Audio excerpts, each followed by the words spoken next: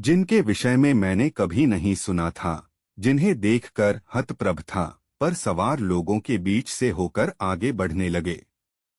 ये एकिटपेयोस हैं मिशेल, जो बहुतु पहले लुप्त हो चुके हैं, मुझे बताया गया। यह पशु एक बहुत बड़े घोड़े के आकार का होता था, जिसकी पूंछ रंग बिरंगी होती थी, जिसे वह कभी कभी पंखे की तरह फैलाता था, मोर की पूंछ की तरह। इसका पिछला हिस्सा घोड़े की तुलना में कहीं अधिक चौड़ा होता था, शरीर उतना ही बड़ा था, कंधे शरीर से ऐसे ही जुड़े थे जैसे गेंडे के होते हैं, और आगे की टांगें पिछली टांगों से लंबी होती थीं। इसका सारा शरीर पूंछ को छोड़कर लंबे लंबे स्लेटी रंग के बालों से ढका होता था। जब वह उछाल मारकर दौड़ता था तो मुझे हमारे यहाँ के ऊँटों के दौड़ने की याद आ जाती थी। मुझे शिद्दत से लग रहा था कि मेरे साथी मुझे कहीं और ले जा रहे थे। हम बड़ी तेजी से भ्रमण करते हुए लोगों के बीच से निकल गए, अत्यंत तीव्र गति से, पर फिर भी मैं उनकी आकृतियों और भाषा पर ध्यान दे सका। वह वाणी कानों को बहुत मधुर लग रही थी, और लग रहा था कि उसमें व्यंजनों की तुलना में स्वर अधिक थे। तुरंत ही हमारे सामने नया दृश्य आ गया, किसी चित्रपट की तरह, जैसे एक दृश्य काटकर दूसरा दिखाया जाता है। फ्लाइंग सॉसर्स जैसी मशीनें जो विज्ञान कथा लेखकों को बहुत पसंद हैं, पठार के किनारे बहुत बड़े मैदान में पंक्तिबद्ध खड़ी थीं।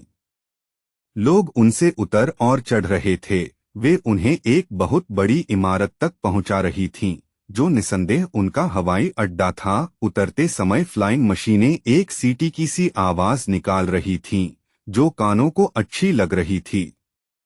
मुझे बताया गया कि हमारा ध्वनि बोध और उसकी तीव्रता उन लोगों के साथ मिलती जुलती थी जो हमारे सामने उस दृश्य में थे।